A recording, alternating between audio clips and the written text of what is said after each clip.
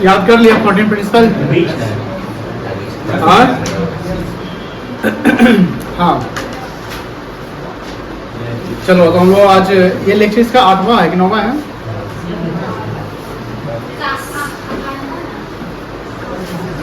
Scientific management है ना। तो फादर ऑफ साइंटिफिक मैनेजमेंट कौन थे? F.W. टेलर। इनका जन्म कहाँ हुआ था? कब हुआ था? मैकेनिकल इंजीनियर थे कि माइनिंग इंजीनियर थे? माइनिंग थे कि मैकेनिकल थे? मैकेनिकल। अब है यहाँ पर जैसे प्रिंसिपल्स, हेनरी फ्योल ने 14 प्रिंसिपल दिए थे। कितने प्रिंसिपल दिए थे? और टेलर ने 4 प्रिंसिपल दिए। कितने प्रिंसिपल दिए? 4। ये 4 प्रिंसिपल क्या था? पहला था science not rule of thumb. इसको थंब पढ़ते हैं, थंब नहीं पढ़ते, ब नहीं होता है, thumb. Science not rule of thumb का मतलब ये हुआ कि हम कोई भी चीज को जस्टिफाई करें, कोई भी डेटा को हम क्या करें? जस्टिफाई करें, तो साइंटिफिकली कैलकुलेट करके जस्टिफाई करें।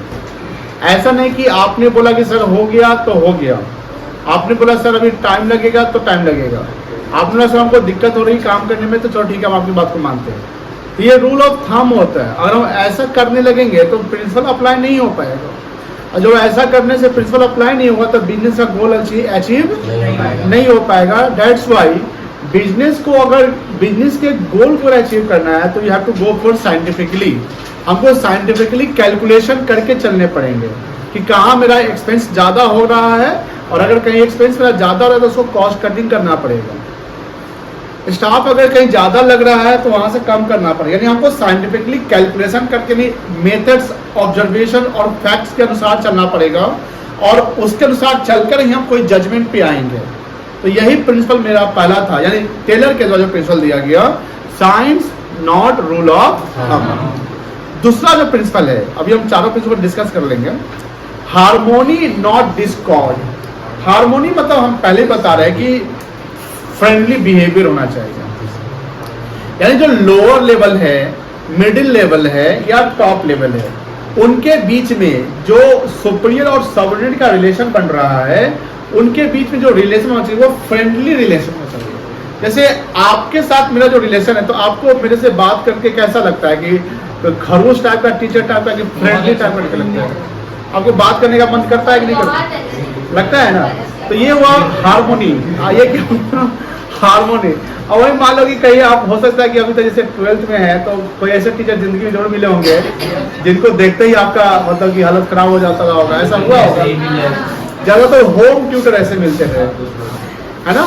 घर पे जो सर आते थे, क्योंकि होता क्या था, उसमें मम्मी रहती थी, और मम्मी सबसे बड़ी विलेन होती थी। ये देखिए ना, आज पढ़ाई नहीं की है, ये नहीं खाना खाया, ये है, बस सारा गुस्सा। मम्मी मारती नहीं तो मार खिलवा देती थी, ऐसा होता था। तो कोई ऐसे टीचर रहे होंगे जो आपके जीवन में बहुत ही कष्ट दिए होंगे, कोई ऐसे टीचर होंगे जो आपको बहुत अच्छे लगे होंगे, ये सब बहुत अच्छे हैं, ऐसा होता है। हार्मोनी नॉट डिस्कॉर्ड यही कहता है कि जब, अगर मान लो कि एक मैनेजर है, जैसे प्रोडक्शन मैनेजर है, तो प्रोडक्शन मैनेजर के नीचे सबऑर्डिनेट सब होंगे ना, काम करने वाले। अब मान लो कि इनको कोई प्रॉब्लम हो रहा है, अब ये प्रॉब्लम लेके किसके पास जाएंगे? अपने मैनेजर के पास जाएंगे कि सर ऐसे प्रॉब्लम है। अब इसकी बात को प्रॉपर वो सुन रहा है कि हाँ ठीक है, तो हम देख लेंगे, तुम्हारा सैलरी नहीं है, जो ठीक हम टाइम पे दिखवा सकते हैं, सब कुछ ठीक है।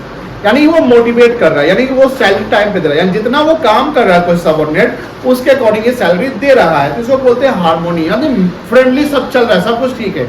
अगर मन खुश रहता है तो इंसान थोड़ा ज्यादा काम करता है, मोटिवेशन में थोड़ा सा ज्यादा काम या कोई भी चीज ज्यादा होता है। और आप अगर डीमोटिवेटेड, मान लीजिए कि आप घर से लड़ के आए, आप किसी रास्ते में लड़ लिए, स्ट्रेस में, और कोचिंग आइएगा ना, तो उस दिन आपको पढ़ने का मन ही नहीं करेगा। वो अलग बात है कि सर के सामने तो आप नहीं जा सकते हैं कि 2 घंटा बैठेंगे, लेकिन आपको समझने का मन नहीं करेगा, पढ़ने का मन। आप ये चाहेंगे कब छुट्टी हो कि हम घर जाके सोए चाहे रोए, यही होता है। तो मोटिवेशन में इंसान थोड़ा ज्यादा आउटपुट के साथ काम करता है, लेकिन जब डीमोटिवेटेड होता है आउटपुट के साथ काम नहीं करता। तो अब मोटिवेशन कब जगेगा? जब सुपीरियर सबऑर्डिनेट के बीच जो रिलेशन है वो फ्रेंडली और हेल्दी रिलेशन होना चाहिए। हेल्दी समझते हैं ना, मतलब कि अच्छा रिलेशन होना चाहिए, झगड़ा विवाद नहीं होना चाहिए। अगर झगड़ा विवाद होगा तो अल्टीमेटली कंपनी को प्रॉब्लम हो जाएगी। नॉट डिस्कॉर्ड, यही नॉट डिस्कॉर्ड मतलब कि इगोइस्टिक नहीं होना पड़ेगा।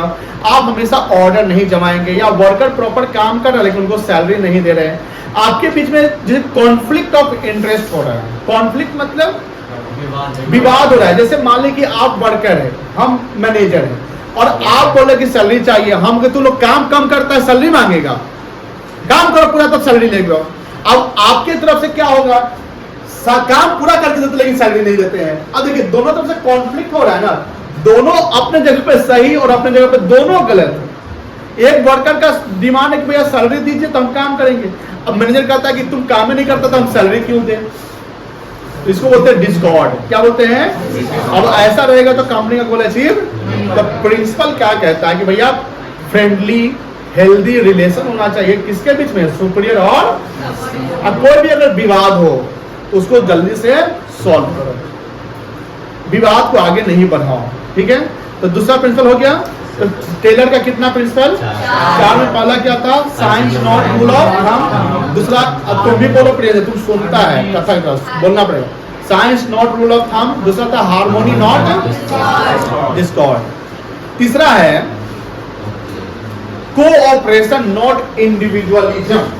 ये आप हेनरी फेड का एक प्रिंसिपल याद करिएगा, subordination of individual interest to general interest. याद है? तो subordination of individual interest to general interest क्या था कि भैया हम सब एम्प्लॉय को इंडिविजुअल सेल्फ बेनिफिट नहीं देखना है। सेल्फ बेनिफिट समझते हैं ना, सेल्फिश जिसको कहते हैं, सेल्फ बेनिफिट नहीं देखना है हमको, इंडिविजुअल बेनिफिट नहीं देखना है हमको। किसका बेनिफिट देखना है? कंपनी का बेनिफिट देखना है। अगर कंपनी का बेनिफिट हो गया, कंपनी का गोल अचीव हो गया, तो ऑटोमेटिकली हम लोग का भी गोल अचीव हो जाएगा। वही टेलर ने भी कहा, लेकिन टेलर ने वो अपने लैंग्वेज को चेंज कर दिया। देखो अब जो कोई 2 साइंटिस्ट या 2 PhD वाला जब स्कॉलर जो होता है, जब ना थेसिस लिखता है, जैसे हम लोग भी लिखते हैं, अब कोई टॉपिक होता है तो जो हम लिखेंगे दूसरा वो नहीं लिखेगा। बात वही है, थोड़ा चेंज होना चाहिए। किताब जब जैसे गिरवाला बनाते हैं, गांधी बनाते हैं, कोई भी अकाउंट की 4 तक पढ़िएगा तो आपको सेम एकदम एग्जैक्ट वही चीज नहीं मिलेगी। हाँ, एग्जामिनेशन जो क्वेश्चन होता है तो सेम मिल जाएगा, बट अपना जो क्वेश्चन होता है वो अलग रहेगा, डेटा चेंज रहता है, ठीक है ना। तो इन्होंने क्या कहा, कोऑपरेशन होना चाहिए, नॉट कोऑपरेशन, और सहयोग होना चाहिए, टीम वर्क होना चाहिए। जैसे आपने देख सुना होगा, coordination is the essence of management, you know ना। Coordination and cooperation both are complementary not substitute. अगर कोऑर्डिनेशन है लेकिन कोऑपरेशन ही नहीं है, तालमेल तो बना, लेकिन सहयोग जब की बात होती है तो सहयोग नहीं कर रहे हैं, तो गोल अचीव कहाँ होगा। सहयोग समझते हैं ना, सहयोग का मतलब ये नहीं हुआ कि भैया अगर हम एक डिपार्टमेंट में काम कर रहे हैं जहाँ पर बहुत सारे कलीग है, कलीग समझते होंगे, कलीग है, कलीग क्या होता है? जो हाँ साथ में जो काम करने वाले एम्प्लॉइज होते हैं। अब उनका कोई असाइनमेंट मिला है लेकिन उनको प्रॉब्लम हो रही है, कोई टेक्निकल प्रॉब्लम हो रही है, अब आपको वो आता है तो आप बोलेगा बताइए ना करेंगे, तो ये तो कर, तो कोऑपरेशन करना पड़ेगा, सहयोग करना पड़ेगा। कभी आपको प्रॉब्लम होगा तो वो हेल्प कर सकते हैं, नॉट इंडिविजुअलिज्म। वही हुआ कि अकेला मत सोचो, सबके साथ, सबका साथ सबका। थर्ड है,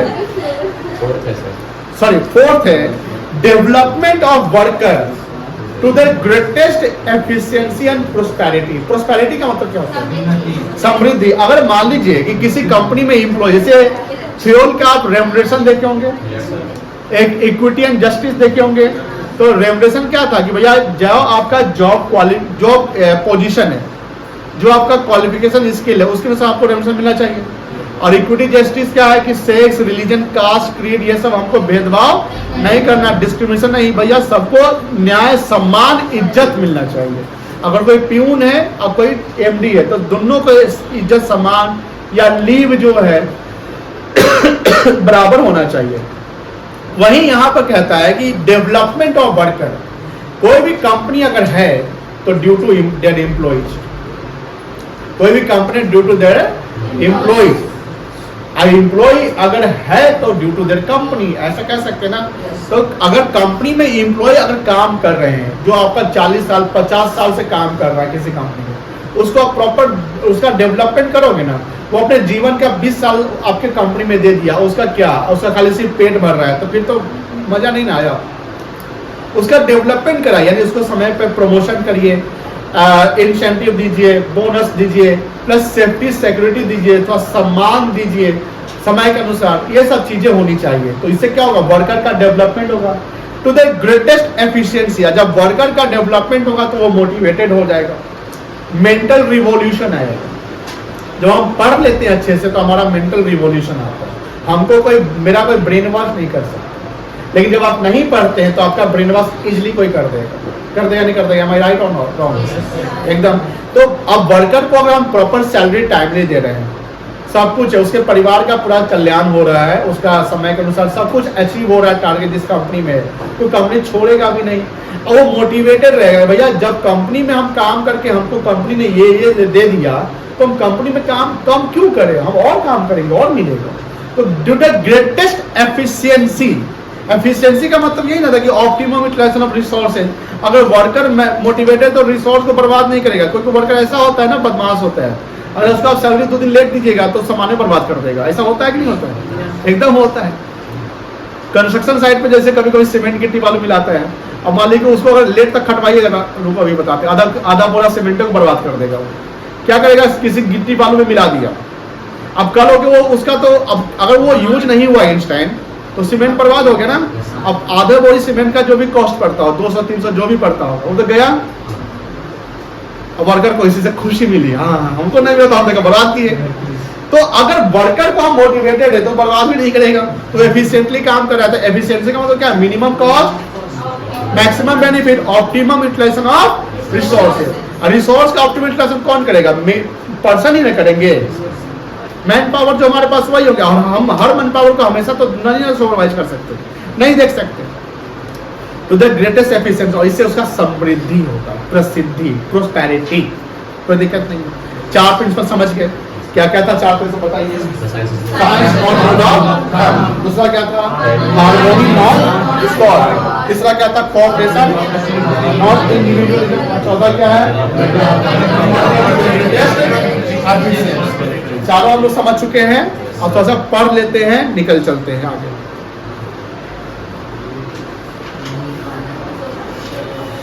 अकॉर्डिंग देखो, science not rule of thumb में आइए। Science not rule of thumb मतलब कि हम हमेशा फैक्ट के अनुसार चलेंगे, है ना। According to this principle, Taylor insist that each of performing the organisation should be based on scientific inquiry. हर काम साइंटिफिक इंक्वायरीज पे होना चाहिए, not on intuition, experience and hit and miss method. बस लगे तो लगे, ना लगे तो ना लगे, ऐसे तो नहीं होता है, आपको साइंटिफिक चलना पड़ेगा। He says that there must be a thinking before doing what which is not in case of rule of thumb. Rule of thumb means dictatorship of manager, whereas scientific decision is based on the cause and effect of scientific measurement of method and gauge of production. Rule of thumb, हाँ ठीक है जाओ, अरे करना है तो करो। तो ये डिक्टेटरशिप जैसा लग रहा है ना। Do you know dictatorship is what? Autocratic leadership इसको कहते हैं। लीडरशिप भी प्रकार के होते हैं, उसमें ऑटोक्रेटिक को डिक्टेटरशिप कहते हैं। जैसे जहां सेंट्रलाइज इन होता है ना, सेंट्रलाइजेशन डिसेंट्रलाइजेशन पढ़े ना। तो सेंट्रलाइजेशन में क्या है कि पावर इन फ्यू हैंड्स। अब मान लो कि कंपनी कोई ऑर्गेनाइजेशन, इसका एक ही बॉस है, सारा काम वही करता है, सारा डिसीजन वही लेता है, तो जो एम्प्लॉय वो डिमोटिवेटेड हो जाएंगे, तो डिक्टेटरशिप लग रहा है ना। Taylor insisted that on introduction of scientific inquiry into the domain. Domain क्या होता है, डोमेन मतलब होता है रेंज, एरिया। मतलब कि जैसे ये छाता चौक का जो ये डोमेन है कि हाँ ये रिप्रेशनल डोमेन कह सकते हैं ना, कह सकते हैं कि हाँ ये। अब जैसे मान लो कि आप कहीं और जाते हैं तो वहां पर ये डोमेन नहीं आता है, तो domain means the area, the range, domain उसको बोलते हैं। Domain of management practice.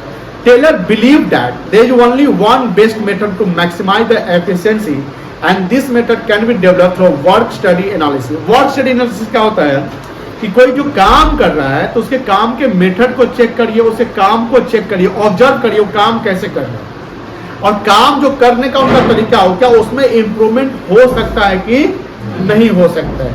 उसको एनालिसिस करिए, उसको एनालिसिस करके उसको और बढ़ाइए। अब किसी वर्कर के वर्क को हम एनालिसिस नहीं कर रहे तो वो अपने ढंग से काम करेगा। काम करने में टेक्निक होते हैं ना, तरीके होते हैं। अगर हम काम को सही तरीके से करेंगे तो जल्दी काम हो सकता है। तो उसको बोलते हैं वर्क स्टडी, जिसमें टाइम स्टडी भी होता है, मेथड स्टडी होता है, फैटिग स्टडी होता है। फैटिग मत होता है जैसे फेंट आना, बेहोश होना, थक जाना। जैसे कोई वर्कर से हम लगातार काम करवा रहे हैं तो वर्कर थक जाएगा ना, इसलिए उसको समय पे ब्रेक भी देना पड़ेगा, है ना। चलिए नेक्स्ट है आपका harmony not Discord. According to this principle, those who work together in an organization must work in harmony, that is with mutual give and take and proper understanding. मतलब जैसे सभी वर्कर, मान लो 50 वर्कर का team है, अब 50 worker जो है वो लड़ते झगड़ते काम कर रहे हैं तो फिर तो हो गया। इसलिए हार्मोनी यानी सब लोग को गिव एंड टेक पे चलना पड़ेगा। गिव एंड टेक समझ गए ना, टीम वर्क के साथ चलना पड़ेगा। Generally in every organization there is two group of people, worker group and दोनों ग्रुप के बीच में डिस्प्यूट, कॉन्फ्लिक्ट ऑफ इंटरेस्ट होते रहता है।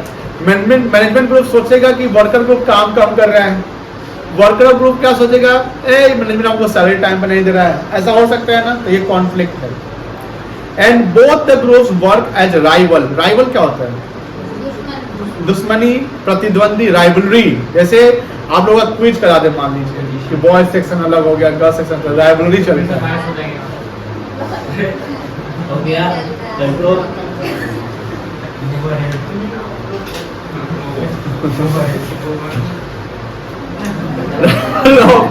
ईच अदर, हारने वाले यही बोलते हैं। Always feel that they are underpaid. देखो वर्कर हमेशा ये क्या फील करेगा, वर्कर हमेशा क्या फील करेगा कि वो अंडरपेड है। अंडरपेड का मतलब क्या हुआ, भाई कितनों काम कर रहे हैं, कम मिल रहा है। हमेशा यही होता है, एम्प्लॉय हमेशा सोचता है कि कम मिल रहा है भाई, और मिलना चाहिए। और मैनेजमेंट सोचेगा कि भाई कहां पर किसको ज्यादा दे रहे हैं, है ना, यही होता है। And overburden of the with the work of the management, and management always feels that workers are good for nothing. कुछ का नहीं है तो, है नहीं है। In this principle, Taylor insists that there is need for both the groups to change their attitude. उनको अपना एटीट्यूड क्या करना पड़ेगा, चेंज करना पड़ेगा। आप भी अपना एटीट्यूड चेंज करिए for each other. He insists that on the mental revolution. जब तक एटीट्यूड चेंज नहीं होगा, मेंटल रिवॉल्यूशन आएगा नहीं आएगा। माइंड में एक खुन्नस बना रहेगा। क्या बना रहेगा? खुन्नस। भैया देखो यही सब प्रॉब्लम है। Which means complete change of attitude and outlook for each other.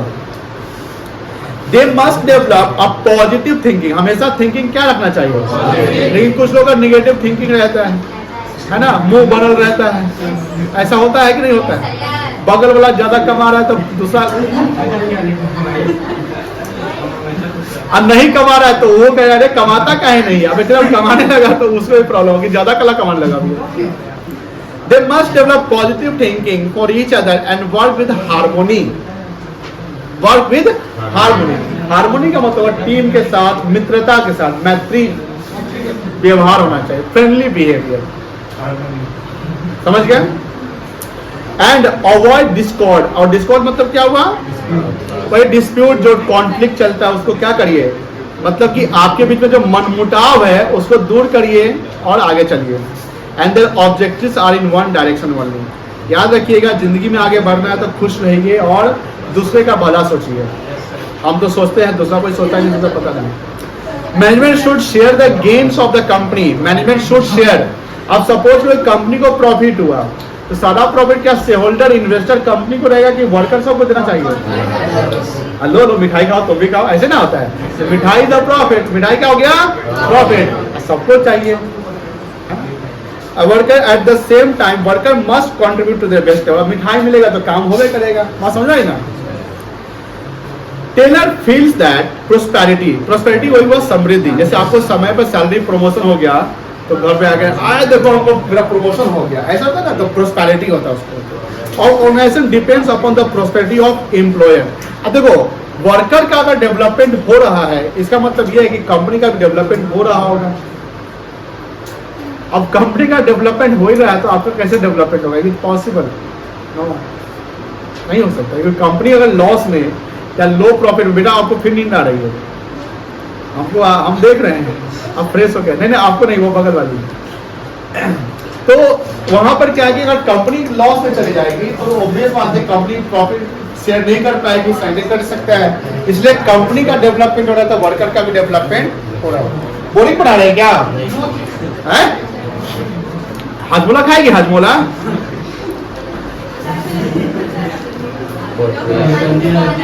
हम उसी से पूछेंगे जो बोले ना सर, उससे नहीं पूछेंगे जो बोलेगा हाँ खिलाइए ना।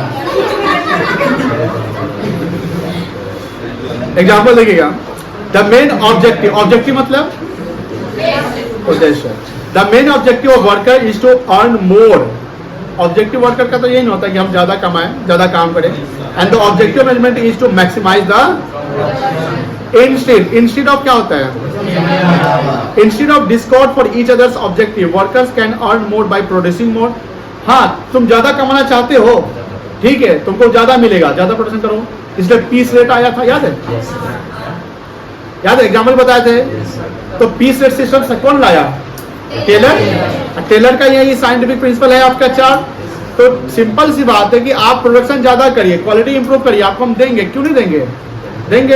अब आप काम नहीं करोगे तो कैसे दे देंगे? अब ये कैसे एग्जांपल सेट होगा? पीस सेट लगाइए, जो वर्कर ज्यादा काम किया उसको एग्जांपल सेट कर दे। देखो वो वर्कर ज्यादा काम किया, तुम्हारे सामने उसको पैसा ज्यादा मिल रहा है, तो मेरा भाई भतीजा थोड़ी है जो हम उसको ज्यादा दे रहे हैं। समझ गए ना? Which will help you maximize the production also. There must be a, ये क्या लिखा हुआ है? पैटर्नलिस्टिक क्या होता है? पैटर्न समझते हैं क्या होता है? मतलब एक सिस्टमैटिक पैटर्न क्या होना चाहिए कि भैया एक तरीके से कि जो भी काम हम कर रहे हैं, तो देखो एक तो जापान का टेक्निक है कैजन कॉस्टिंग, ये पढ़ना है थोड़ा सा, KAIJEN कैजन। कैजन कॉस्टिंग या कैजन टेक्निक क्या होता है? जापानीज टेक्निक है। ये टेक्निक कहता है कि हमेशा हमको काम करना इम्प्रूवमेंट के लिए। जैसे मान लीजिए कि कोई भी प्रोडक्ट बेस्ट है, तो क्या उस बेस्ट से भी ज्यादा इंप्रूवमेंट कर सकते नहीं कर सकते? समय के अनुसार उसमें इंप्रूवमेंट होता है। जैसे फोन की बात करिए, जब फोन का मतलब कि फोन हुआ नहीं करता था, तो कोई भी फोन आया जिससे हमने बात किया, मैसेज किया, गेम किया, तो लगा भाई तो बहुत बेस्ट फोन है यार, सबसे अच्छा फोन यही है, अभी तक ऐसा पैदा ही नहीं हुआ फोन। लेकिन समय जैसे से डेवलप किया, उसमें फोन में क्या हुआ? डेवलपमेंट, इंप्रूवमेंट हुआ ना। आज जो फोन चल रहा है और 20 साल पहले जो फोन था, तो हम कह सकते हैं कि वहां का जो फोन उसी कंपनी का और यही कंपनी का सेम फोन में काफी चेंज हुआ। अब आज की जो फोन है और 5 साल बाद जब फोन आएगी, ऑब्वियस बात है डेवलप होगा। सोनी टीवी, सोनी कंपनी कहाँ का है? जापान। ये कंपनी टीवी बनाती पहले से भी बहुत अच्छी थी और अभी भी बहुत अच्छी है, बट समय के अनुसार क्या इसमें चेंजिंग आया नहीं है? यही होता है कि हम जब प्रोडक्शन करें तो क्वालिटी इंप्रूवमेंट करें। जब क्वालिटी इंप्रूव करते हैं तो आपके ये गुड्स का प्राइस क्या होता है? बढ़ जाता है, बढ़ता है ना। इन Japanese companies this principle is practiced as here manager treat worker as a part of their family, and worker also do not show their agitation by going to a strike. Rather they tie a black ribbon to show their dissatisfaction and gain sympathy of manager. देखिए ये क्या बोल रहा है कि India में जब ऐसा कुछ होता है ना, तो उसमें स्ट्राइक होता है। स्ट्राइक होता है तो फैक्ट्री बंद कर दिया जाता है।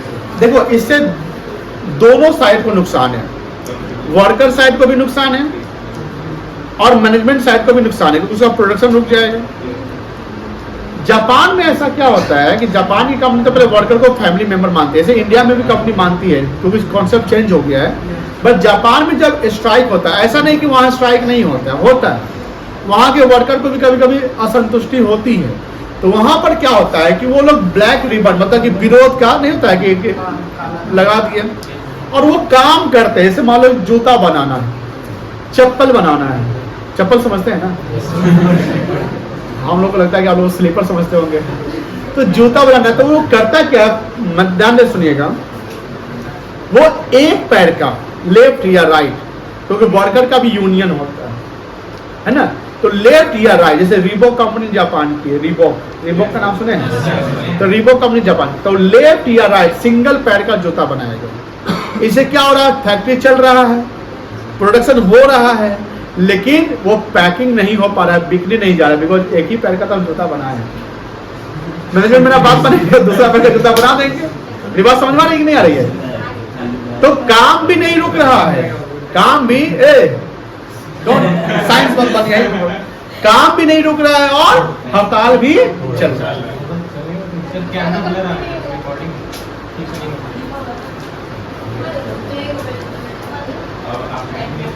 कहाँ ब्लर है?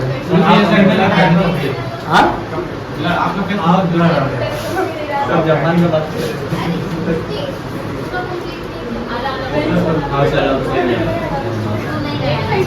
वो खिड़की सब बंद करवा दीजिए, उसके कारण लाइट कुछ ज्यादा ही हो जा रहा है।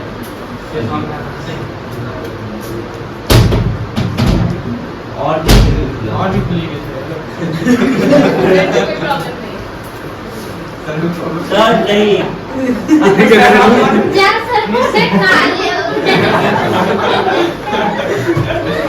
ग्रीन लाइट पीछे ग्रीन लाइट पीछे नहीं, स्क्रीन पे टैप कर लो।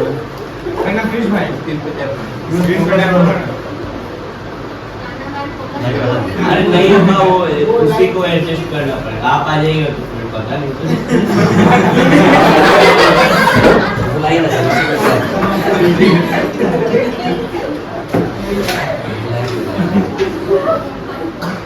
सही है।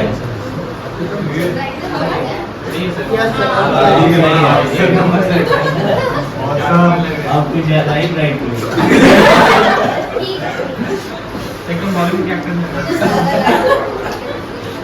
तुम दोनों मिलकर जाना।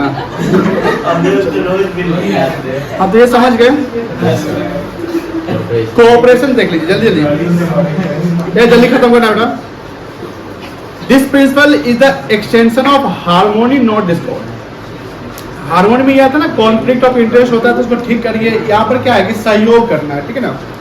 According to this principle work must be carried on a cooperation. Cooperation, co मतलब टुगेदर होता है, को मतलब क्या होता है, ऑपरेशन का सहयोग करना, तो सहयोग करिए एक साथ with each other with a mutual confidence and understanding for each other. आप लोग फ्रेंड में भी आप एक दूसरे को कोऑपरेट करते होंगे, तो झगड़ा नहीं ना करते, कोई भी मनमुटाव नहीं रखिएगा आप लोग, ठीक है ना। Worker and manager must work in a cooperation. The management must take worker in a confidence. The management must take worker in confidence. मतलब कि मैनेजमेंट को वर्कर को कॉन्फिडेंस लाना पड़ेगा, भैया तुम काम करो, हम है ना, चिंता मत करो, तुमको सैलरी मिलेगा। इसको हुआ कॉन्फिडेंस से लाना। मुझे बात समझ रही ना, कॉन्फिडेंस मतलब ब्रेन वॉश कर दो उसका। Before setting up a standard task for them, because when the standard or targets are set up, जैसे वो P-set system याद है कि आप 50 का टारगेट दे रहे हैं, है ना। In the consultation of worker, then they will try to their best to achieve it. लेकिन ध्यान रखिएगा, जो टारगेट मैनेजमेंट सेट करती है, तो मैनेजमेंट जो टारगेट सेट करेगी वो अपने खुद से डिसाइड करेगी कि वर्कर के साथ बातचीत करके टारगेट सेट करेंगे। वर्कर के साथ बातचीत करके टारगेट, क्योंकि भैया आप कितना कर सकते हैं, पहले आप हमसे हम आपसे बात करेंगे ना। अब मेरा मन क्या, हम टारगेट सेट कर दिए, तो ऐसे कैसे काम करेंगे। To have cooperation management should welcome. Welcome मतलब कि अगर कोई एडवाइस सजेशन आ रहा है तो हमारे आपका एडवाइस बड़ा अच्छा है, एक्सेप्ट करते हैं। Good suggestion of employees and they should be rewarded for their suggestion. Eight the same time worker should not go on the strike and make unreasonable demand. जैसे अगर मैनेजमेंट आपकी बात को मान रहा है, आपके एडवाइस को वेलकम कर रहा है, आपको रिवॉर्ड दे रहा है, सम्मान दे रहा है, तो इसका मतलब ये भी होता है कि वर्कर के साइड से ये होना चाहिए कि आप लोग स्ट्राइक पर नहीं जाइए। अनरीजनेबल क्या होता है, मतलब अनरीजनेबल डिमांड हुआ कि भैया जो डिमांड नहीं बनता वो भी आप मान रहे हैं, कैसे दे दोगे। अब आपका मान लीजिए 10,000 सैलरी, आप बोलते 20,000 दीजिए, तो कैसे देंगे। चलिए, ये सब वही कहानी है। Development of worker to their greatest efficiency and prosperity.